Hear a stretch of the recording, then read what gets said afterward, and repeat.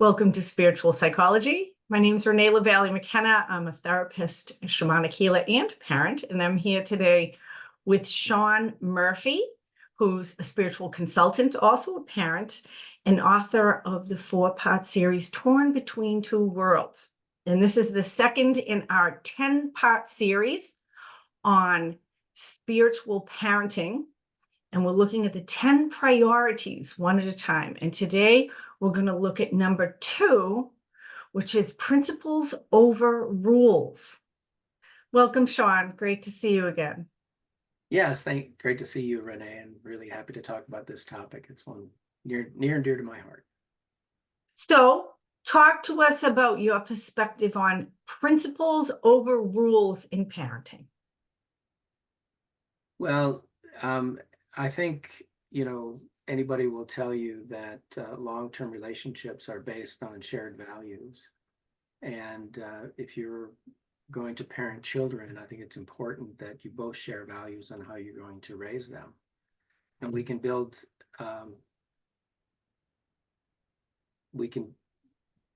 excuse me, we can build our child rearing plan around principles instead of rules.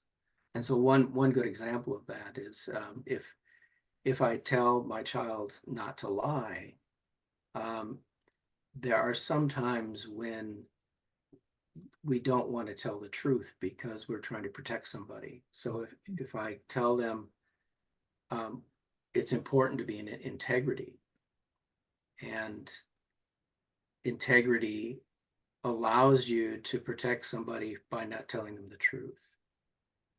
So the child doesn't say, well, you lied to me. And I said, no, I was in integrity because I wanted to protect you from this truth, which I thought would hurt you.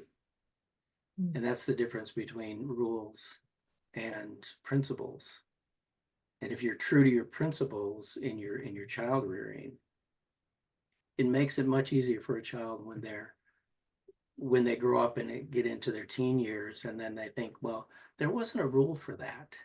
I can do it, right? Mm-hmm. But if I have principles to deal with, then I'm much stronger when I go out into the world and I encounter things that I hadn't encountered before. So I have principles that I can base my behavior on. So last time in number 1, we were talking about truth over harmony. And these all kind of overlay and inform each other. And if we consider a rule of don't lie, but the principle of integrity or honesty, it's interesting to think about truth over harmony. And so one of the ways to navigate the principle of integrity or honesty, if there's something that I don't want to share with a person. In fact, I had this happen yesterday. Someone asked me a question and I said, I don't want to answer that question. And that can feel like an awkward thing to say. It might create a little disharmony, but it's actually what's true. And so to allow me to stay in integrity rather than, following some rule of like answer every question. That's another one, I think about for myself, particularly as a female. And I was raised, and I think a lot of children are in general, to respect elders and to make other people comfortable, maybe at my own expense. And actually, I was in a couple of really compromising situations with that, with people who were perpetrators, like with older men who wanted to who wanted to be sexual with me, actually, and it was not in integrity, right? And I remember my mother. We used to go out to lunch on Tuesdays when I was in elementary school. I got to come home for lunch because I lived at close elementary school. And on Tuesdays, we would go down to this little diner that had a little seating area for lunch. It was a pharmacy, actually, old-fashioned thing. And we would go there. And sometimes there was this really creepy old man who thought my mother was cute. And he would come sit with us. And it was so uncomfortable for me. And it was very uncomfortable for my mother. But my mother did not have enough courage to tell this man, I'm having lunch with my daughter. It's inappropriate. We don't want you to sit here. Please move someplace else. And so I learned to be uncomfortable at someone else's comfort. And Yeah. and it put me in some really bad situations. Really, I ultimately learned I don't have any trouble with that today, but I taught my own daughter. We used to do a little practice when she was young, both my kids, but my daughter particularly. And we would sit out on a sidewalk cafe. We did it more than once. And I would have her tell me how she felt as people walked by. How does your tummy feel about that person? Oh, I think that's a nice person. Oh, that person is scary to me. Oh, that person makes me uncomfortable. And I told her, trust your tummy first. Even if you and I, we've lived in the city, different cities all our life. And so my children took subways very early and buses and things by themselves once they felt comfortable enough to do that. And so I really needed to teach them, if someone sits next to you that you feel uncomfortable with, get up and move, even if it seems rude, right? And so there's this principle. I'm not sure what that principle would be. I suppose it's your own integrity within yourself over social propriety. Now, other families can have other principles. I mean, that's one of the things, like values. We can decide, like you said, we can decide on the values for our family, and other families may value social graces over personal comfort. And that's fine if that's your choice. But I made a choice in the reverse, that personal integrity feels more important to me than social propriety. And so just another example of principles over rules that we might learn. And they might contest in different situations that we're in too, school and at home and at work and on the playground. It can be complicated. Yeah, I mean, that is amazing what you did with your daughter, because one of the main principles that I think we should teach people is to trust themselves, to trust their feelings, to trust their drive, to trust who they are, and not always look on the outside to get recognition of what I should feel or what I should, who I should trust. And you should always be respectful of elders. Well, maybe that's a bad rule. You should trust yourself. Right. So this is the difference between principles and rules. Yep. Is this kind of deeper, it actually calls more responsibility to the child and to the parent. When we're principle based, there's a little more complexity because it's kind of situation by situation. It's a more complex and mature fabric, whereas rules are pretty rigid and simple and in a lot of ways. But the problem with them is, like the example that I gave, is that it doesn't make room for all of the different manifestations of humanity, from nefarious to angelic. No. I grew up in a family where, the rule was you couldn't leave the kitchen table until your plate was cleared. And, my mother would find peas in the girls' pockets because they couldn't leave the table until their plate was cleared. Instead of helping people to take care of themselves, and if I'm full, I don't feel very well, I'm not going to finish my plate. And that's okay. But the principle is that if you're going to leave the table, there's not going to be anything until the next meal. It's a very interesting thing, because one of the things that we've talked about it, and I think we can reiterate it in every one of these segments, is that there's two main ways to parent. And one is to believe that each of us is a unique creation, and that parenting is the supporting of that unique person in the world and helping them find their own path and their own fulfillment, which is maybe very different even between different children within the same family. The other perspective on parenting or child raising or rearing, and even in schools, is the idea that children are kind of a wild lump of clay, and you need to form them in a certain way. And if you can get them to conform to these external rules or ideas or shapes and circumstances, then they'll be successful. And they're both valid, but we obviously lean more toward door number one. And I think for myself also, we're in a similar generation. So my mother never forced me to eat all the food on my plate, but that was kind of a consideration in general back then, starving children in some other country or whatever. And I know for myself, as a person who developed a really unhealthy relationship with food, I was a compulsive eater. Sometimes I would starve myself to death. I often went through periods of being bulimic where I would overeat and then make myself throw up, which is much more of an emotional regulation issue than it was a food issue. However, I lost the ability to know when I was full or when I wasn't full. There was a lot of complexity because I was very disconnected from what was true for me, and often would just eat everything on my plate because that's what was there, and I didn't have my own hunger. And so I remember getting in arguments.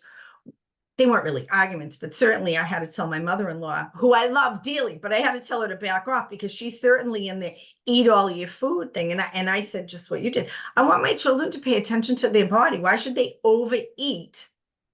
Why should they overeat? There's nothing good about that. So that we're following some rule that makes the cook feel better, or again, we're deferring to somebody else's experience, our assumption of what their experience is, and maybe even harming ourselves in the process. Yeah.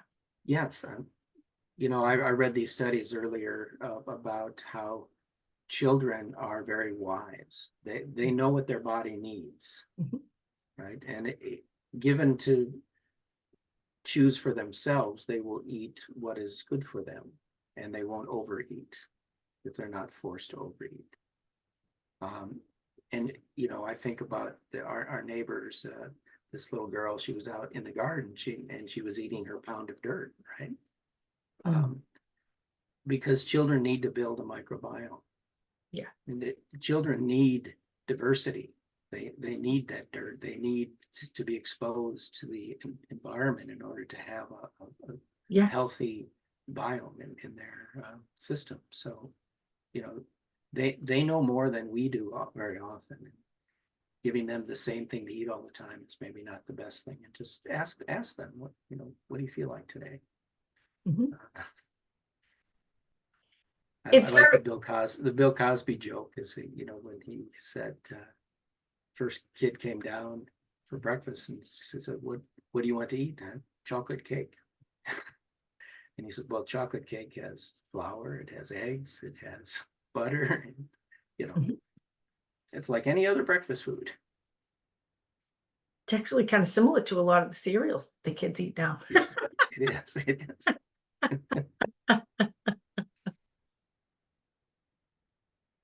So what are some other examples of rules that families might have that have kind of been passed down? And I'm assuming, the people that are watching this are looking to be more conscious in their parenting. I know for myself, I did not want to parent in the way that I was parented. I mean, there's certain things I absolutely have brought forward, but there was a lot that didn't work for me. And I think some more specifics about rules that we might have for our children and how could we root those in principles instead. Okay. Do you have some that you thought of in your childhood that you didn't like that we could maybe turn into a principle?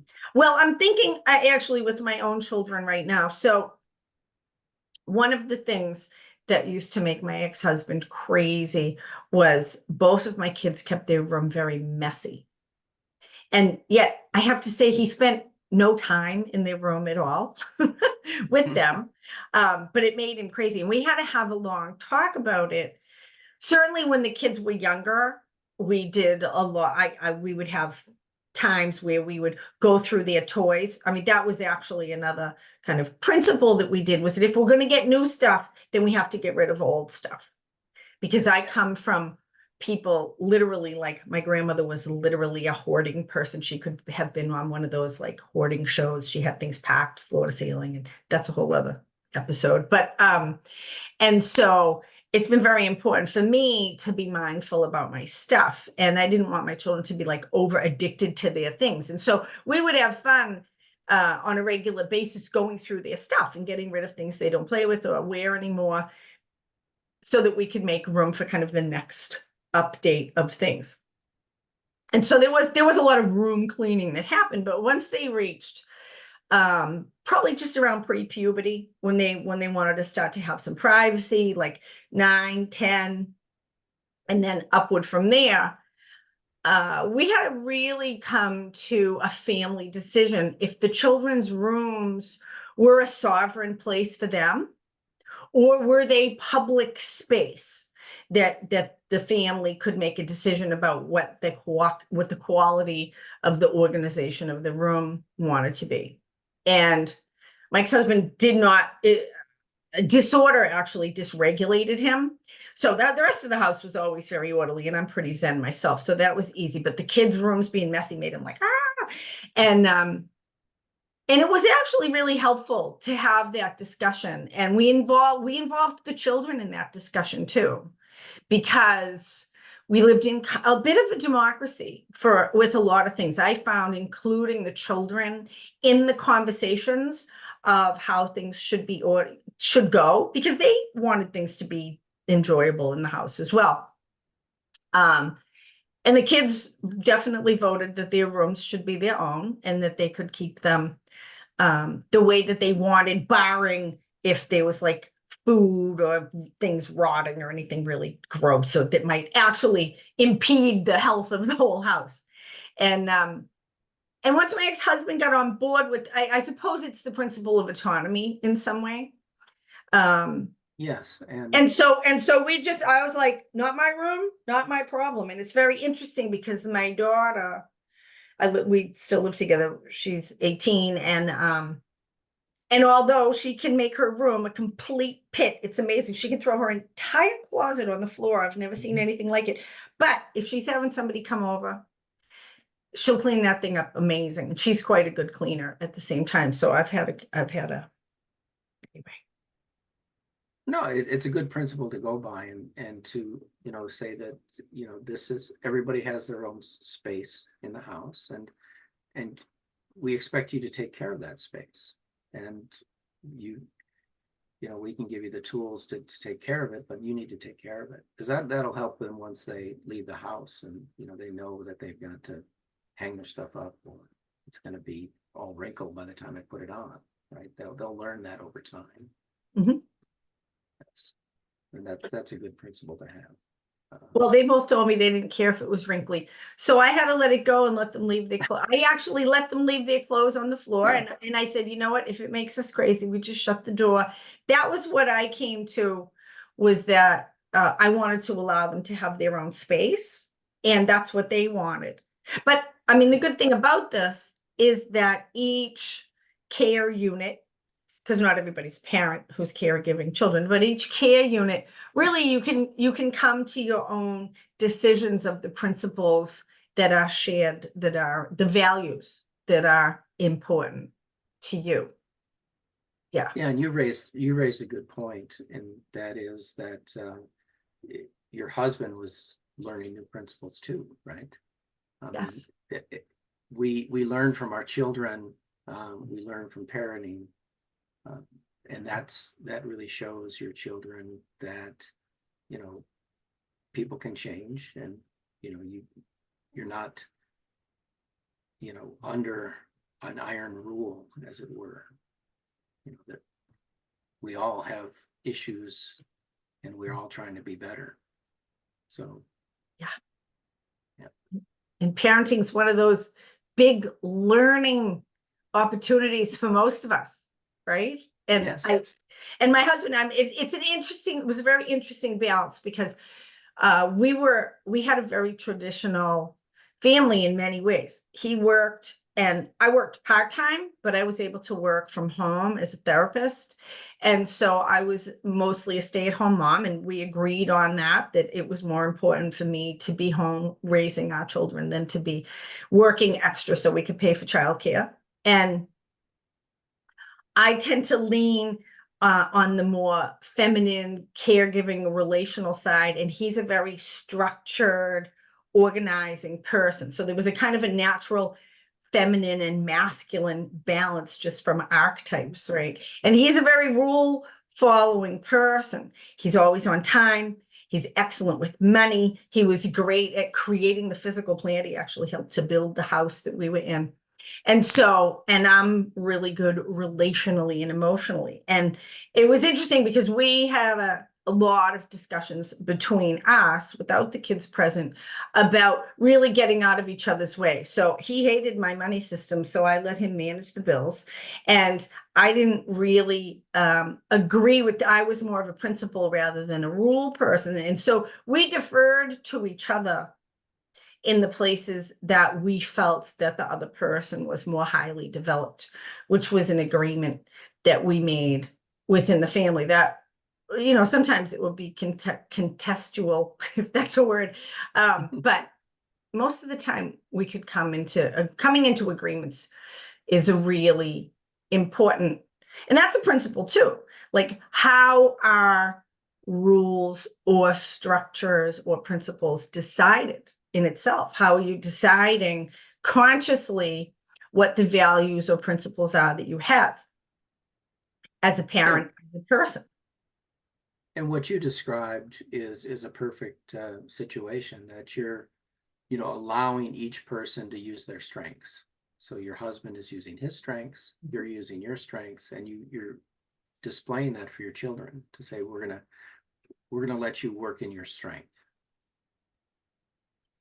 That is an interesting principle to consider, that rather than, I think there's a lot of unwritten rules.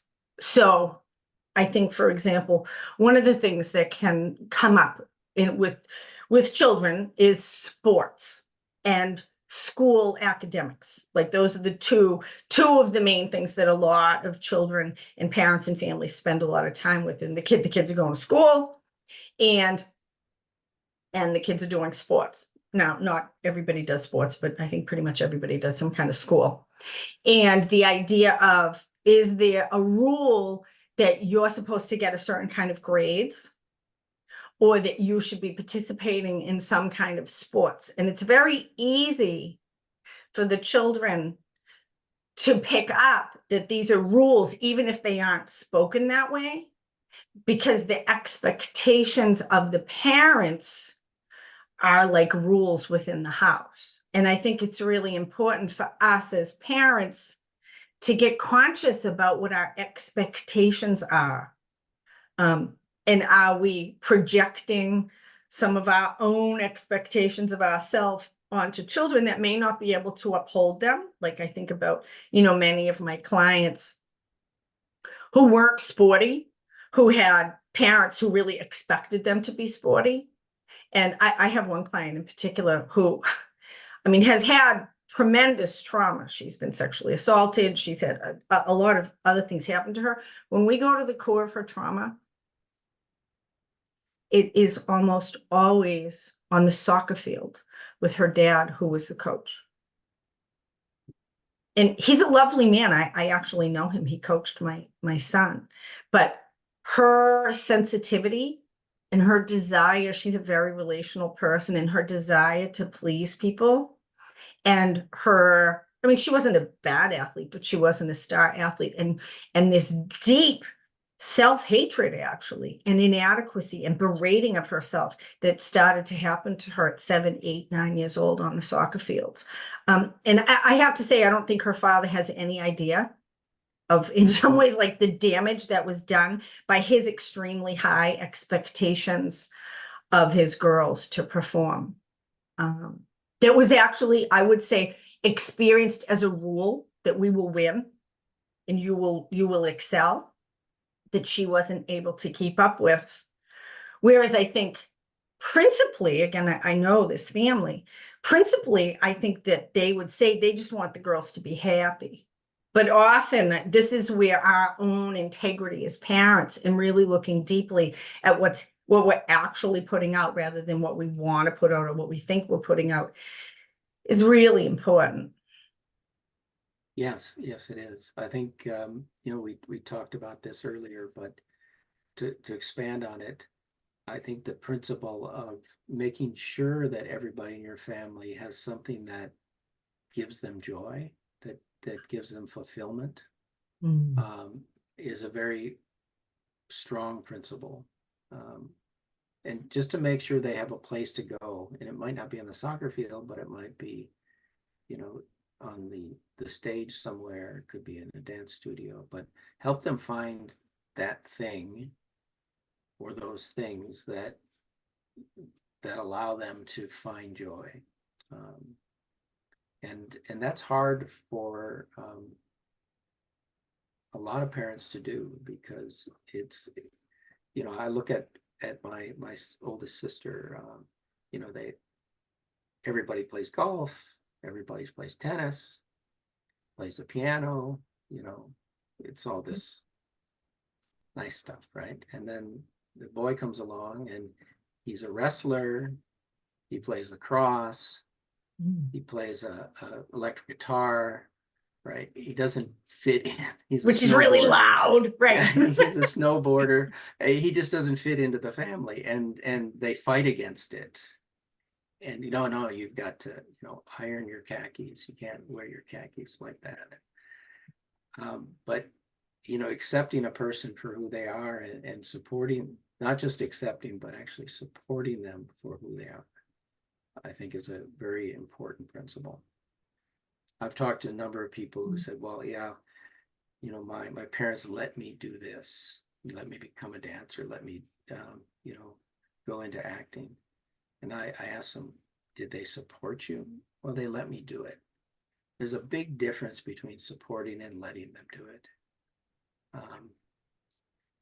And I think even if we don't know anything about that direction that the child wants to go, our job as a parent is to be a cheerleader. You know, just push them, help them find the right coach, you know, push them in a direction where they excel, you know, whatever it is. Because learning what success feels like is a very important job for a parent, to help a child understand what it means to be successful. I would actually value joy over success myself. I think success is a complicated thing. And I think Anyway, I think and I think that is the thing that we both really agree on. I think as a central principle is that the best thing that we can do for our children is to support them, to see them, to love them exactly how they are.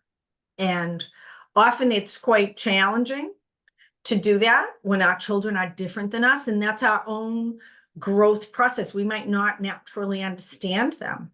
And that is our work to grow, because parenting, you know, when a child is born, a parent is born. And to be able to grow in that. I know my son is on a couple different spectrums and has really unique social interaction styles and different learning styles. And there was a lot of yoga positions we had to get in to be able to have him be supported, because the ordinary system didn't work for him. And I think, luckily for myself, luckily for him, I suppose, I've had a very winding, twisty path that has ultimately led me to my own joy and fulfillment, even if a lot of it doesn't look good on paper. And I was able to tell him, and I think I want to tell every parent this, to think about that with their children, is that there's a wrench for every nut. There's a place for every one of us in this world. We were created, and we each have, I don't think we have one purpose, but we fit here. And I think a lot of our worry is that the child won't fit, that that they won't, whatever we think that they need to do. And really helping them to pursue their joy and to help them discover what that is. That's the most fulfilling thing that we can do, I think, as parents. Yes, yes, it is. One of the books that I read early on in my daughter's life is from Dr. Mel Levine, who wrote the book All Kinds of Minds. And he spent his career working with learning disabled children. And he said he's never found a learning disabled child. He said it's the failure of parents, teachers, and doctors of not finding the way to relate to the child and help the child to learn, because children want to learn, and we need to help them learn in the best way that they can learn. Well, there's also different learning. It's very similar to the idea of multiple intelligences. Oh, yeah. And right, the idea that, we have such a narrow focus. I'm actually very underwhelmed with the education system right now. For example, my daughter's taken pre-calculus, but she can't read a financial spreadsheet. She doesn't know how to invest money. I mean, it's very impractical, actually, a lot of what they're teaching. But anyway, reading, writing, arithmetic, most people don't actually do those things in their life, right? There's musical intelligence, there's social intelligence, there's emotional intelligence, there's the intelligence of working with your hands or mechanical objects or spatial or color intelligence or intelligence of working with animals or children. I mean, there's so many different ways to be intelligent. And I think the way that we have the school system focused on these very narrow things that many people aren't good at. And I know 3 people right off the top of my head who quit high school and became incredibly successful and happy people in their life, because that academic learning was not what they were good at. One of them is a mechanic, another one is an electrician, and the other one has a trucking company. And, and they do just fine. But that they also thought that they were stupid. And they and missed these incredible intelligences that they had. Yeah. That's the most depressing part of a parent's life, is when your child comes home from school and says, "I'm stupid." Oof. Yeah.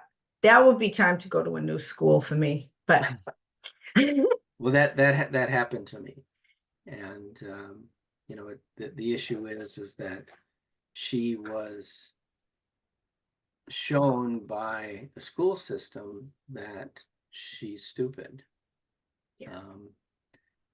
And yet every adult who knew this child said she was brilliant. Right. Because the measures they were using. Yeah, go ahead. Her emotional intelligence, her linguistic intelligence. Yeah. She's an auditory learner, and she went through college listening to reading her book, listening to her books at 3 times speed. Yeah. She's a speed listener. Yeah. Because she's using that gift that she has, this auditory gift, to learn. So I think, maybe in conclusion, again, this is our growth as parents, is also to move outside of the rules of the external system, whether it's the school system or the culture or even sometimes the religion or whatever the external rules are, and to really follow our own principles that may go against those. And I also think about, I have a friend whose son at the age of 2 said, "I'm a girl." And the father was horrified. The school that they were in originally wouldn't allow him to dress like a girl. And so they pulled him out of the school. She happens to come from island culture where the third gender is actually a little bit, it's very accepted, but some of the overculture wasn't accepting of that. And it's very interesting because now the child is 16 years old and fully identifies as a girl. Like that I watched that little boy be incredibly grumpy in his camo and in his boy clothes, and we put him in a tutu and he started dancing across the room.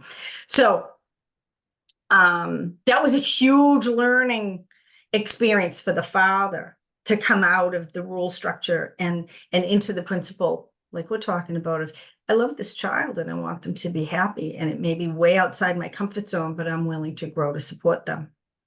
So Yes.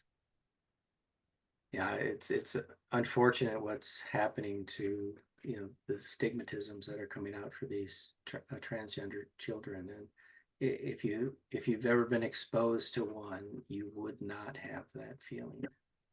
No, it's Shawn, beautiful to talk to you. And we're going to continue our series on spiritual parenting with the third priority in our next segment on attitude over aptitude. So I hope you'll join us. And if you like this video, please like and subscribe. And we hope to see you in part 3 through 10 of spiritual parenting. I'm very excited for the next one. I'm looking forward to it. Take care. Me too. Me too, Shawn. Be well.